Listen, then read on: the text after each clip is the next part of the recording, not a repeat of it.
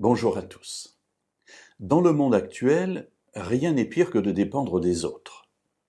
Alors on le voit pour les États, on le voit aussi pour les êtres humains, et il y a une sorte d'orgueil que de dire « ce que je suis, je me le dois à moi-même ». Et on est un petit peu dans l'optique de celui qui s'est fait tout seul. Je suis parti de rien, je suis maintenant PDG de telle ou telle entreprise, j'ai réussi telle ou telle œuvre dans ma vie, eh bien, merci à moi. J'ai été l'artisan de mon succès, en quelque sorte. Alors, il y a là, évidemment, une réalité, bien entendu, on peut être heureux de ce que l'on a fait. Le croyant a une autre attitude. Lui, il sait qu'il dépend de quelqu'un. Mais au lieu que ce soit pour lui quelque chose de négatif, il est heureux au contraire de cette dépendance parce qu'il sait qu'il dépend de quelqu'un qui est bienveillant vis-à-vis de lui, et qui va le guider tout au long des étapes de sa vie ou de ses projets pour l'aider à prendre les bonnes directions, les bons choix, et ainsi arriver au but, arriver là où il désire aller.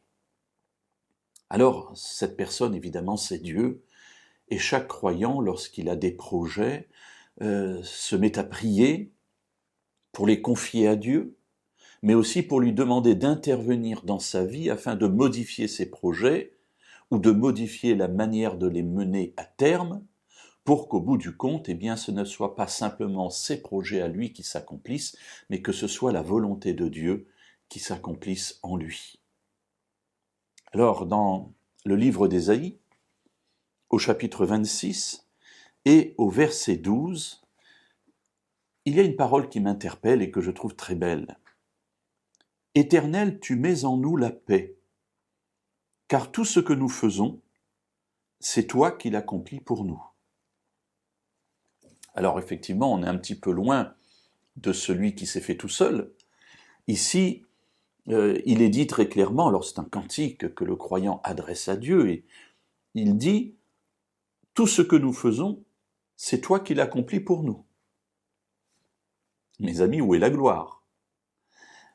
Mais le verset commence par une parole intéressante. « Éternel, tu mets en nous la paix. » Et alors, quand je regarde l'histoire de notre monde, des grands hommes de notre existence, et puis ce verset, je me dis que tous ceux qui sont arrivés là où ils étaient-ils en paix tout au long de ce processus?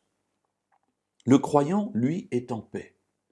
Et il est en paix parce qu'il sait que ce qu'il a conçu, et il sait que la manière dont il va mettre en pratique ce qu'il a conçu, vient de Dieu et est sous le regard, le pilotage, j'allais dire, de Dieu. Pourquoi s'inquiéter?